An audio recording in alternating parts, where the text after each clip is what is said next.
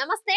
Welcome to our channel. YCP హయాంలో ఏదైతే భారీ మద్యపాన కుంభకోణం జరిగిందో దాని వెనక ఆ పార్టీకి చెందిన కీలక నేత కుమారుడే ఉన్నారని చెప్పి సిఐడి నిర్ధారించింది.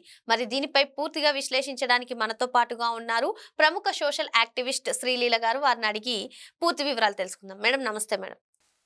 మేడం 2019 ఎన్నికల ముందు చెప్పాడు జగన్మోహన్ రెడ్డి మద్యపాన నిషేధం చేసిన తర్వాతే నెక్స్ట్ ఎలక్షన్స్ లో నేను ఓట్స్ అడుగుతాను అని చెప్పి. కానీ ఆయన హయాంలోనే మనం చూసాము భారీ మద్యపాన కుంభకోణం. మరి దీని వెనక పెద్దిరెడ్డి కుమారుడే ఉన్నారని చెప్పి సిఐడి ప్రాథమికంగా నిర్ధారించింది. దీనిపైన మీ అభిప్రాయం ఏంటి? ఏదైతే ఈ జగన్మోహన్ రెడ్డి పరిపాలన 2019 నుంచి 24 వరకు ఉందో అది అందరికీ తెలిసిన విషయం. అసలు అతను ఏ పని చేసినా కూడా కుంభకోణం లేని పని అంటూ ఏదీ లేదు. మనం చూసుకుంటే భూమి, అంతకుముందు చూసుకుంటే బియ్యం, అంతకుముందు చూసుకుంటే ఏదైతే పోర్టులు ఉన్నాయో ఆఖరికి పోర్టులు కూడా సముద్రాలు వదలరు, భూమి వదలరు. అంటే వీళ్ళు రాక్షసానందం కోసం వాళ్ళు చేసే రాక్షస పనులు ఎలా ఉన్నాయంటే పంచభూతాలను కూడా స్వాధీనం వశం చేసుకోవాలనే ఆలోచనలో వాళ్ళు ఉన్నారు. ఈ మధ్య స్వరూపానంద అతను ప్రేమానంద ఎవరో అతను చిన్మయానంద ఎవరో అతను ఒక దేశాన్ని ఏర్పరచుకున్నాడు చూడండి. ఆ విధమైన ఆలోచన జగన్మోహన్ రెడ్డికి ఉందో ఏమో కానీ నిజంగా ఈ రోజున ఏదైతే ఈ మద్యం కుంభకోణం ఉందో ఇది ఎంతమంది జీవితాలను నాశనం చేసింది. ఎంతమంది ఆడపిల్లల జీవితాలతో ఈ మద్యం తాగి భర్తలు చనిపోతే ఎంతమంది అభాగ్యులయ్యారు చూసుకుంటే అసలు ఎన్ని వేల కోట్ల రూపాయలు రాష్ట్రానికి అందవలసిన నిధులు అందకుండా ఎవరి జేబుల్లోకి వెళ్ళాయి. దీనికి పాత్రదారులు ఎవరు, సూత్రధారులు ఎవరు?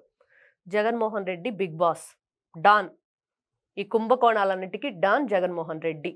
ఈ డాన్ కింద ఎవరు వర్క్ చేస్తున్నారు? ఎంపీలు, ఎమ్మెల్యేలు అందరూ కూడా రాష్ట్రాన్ని కొల్లగొట్టారు. ఎవరైతే మొన్న భూబకాసురుడిగా మనం చెప్పుకున్నామో పెద్దిరెడ్డి రామచంద్రారెడ్డి అనే వ్యక్తి అసలు ఏంటి ఆ అడవిలో ఒక పెద్ద కోట నిర్మించేసి సింపుల్గా పనోళ్ళ కోసం, మేకలు కాసుకునే వాళ్ళ కోసం నేను పెట్టానని చెప్పాడు. ఎవరైనా నమ్ముతారా అసలు అది? ఈ రోజున వాళ్ళ కొడుకు ఎవరైతే పెద్దిరెడ్డి రామచంద్రారెడ్డి కొడుకున్నాడో అతను ఈ మద్యం మాఫియా.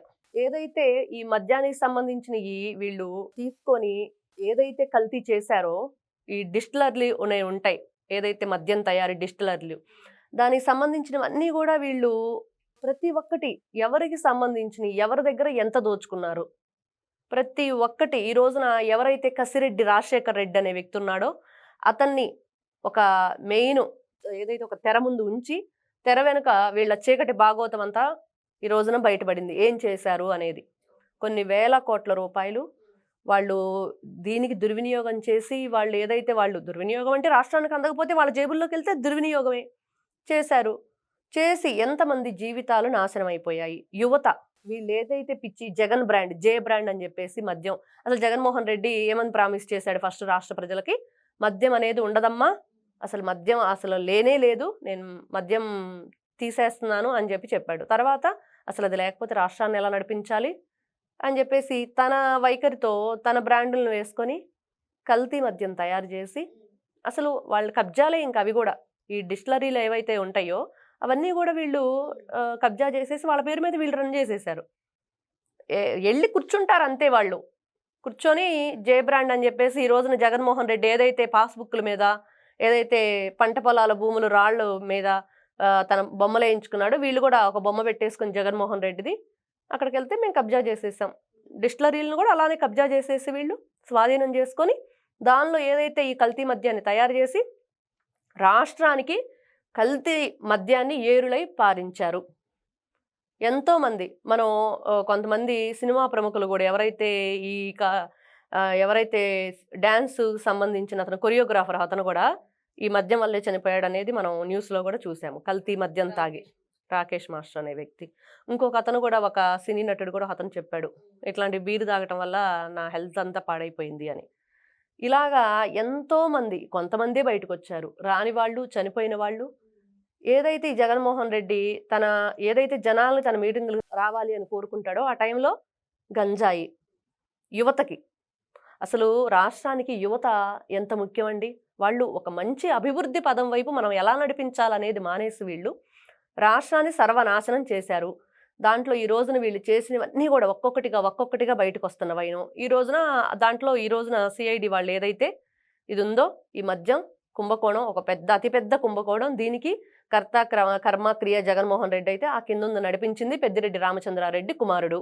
అది క్లియర్ కట్ గా చెప్పుకోవచ్చు. ఇవన్నీ కూడా రాష్ట్రానికి ఎప్పుడు రీఫండ్ చేస్తారు, బయటకు వస్తున్నాయి, బాగుంది, తొందరగా వీళ్ళ ఇటీవల పెద్దిరెడ్డి కూడా ప్రెస్ మీట్ పెట్టి ఈ అటవీ భూమిని కొల్లగొట్టిన విషయంపై ఆయన ప్రెస్ మీట్ పెట్టి నేను గతంలో 2001లోనే కొనుగోలు చేశానని చెప్పడం జరిగింది మేడం. మరి ఈ ఇష్యూ పైన కూడా ఆయన ఏమన్నా చెప్తారంటారా? చెప్తే వినే పరిస్థితుల్లో ప్రజలు ఉన్నారంటారా? ఏం చెప్తారు వాళ్ళు? మహా అయితే ఈ రోజున అతను ఏం చెప్తున్నాడు, 2001లో కొన్నాడు, కొన్న భూమి ఎంత, కొట్టేసిన భూమి ఎంత, అది చెప్పాలిగా ఫస్ట్. నువ్వు కొన్నావు, బాగుంది, కాదని ఎవ్వరూ అంటలేదు. అసలు ప్యాలెస్ కట్టావు, బాగుంది, జగన్మోహన్ రెడ్డి వైజాగ్లో కట్టాడు, ఇతనేమో మంగళంలో కట్టాడు, కాదని ఎవరు అనటలేదు. కానీ దానికి ఒక సిమెంట్ రోడ్, ఒక రోడ్డు అయితే వేశాడు. ఆ రోడ్డు ఏ నిధులతో వేశాడు, ఎన్ని వేల కోట్ల రూపాయలతో వేశాడు, వీటన్నిటికీ అసలు జిఎస్టీ పే చేస్తున్నారా, ఇన్కమ్ ట్యాక్స్ పే చేస్తున్నారా? ఈ అక్రమ సంపాదన అంతా ఎవరివి? ఆంధ్రప్రదేశ్ రాష్ట్ర కష్టార్జితం ఇదంతా కూడా.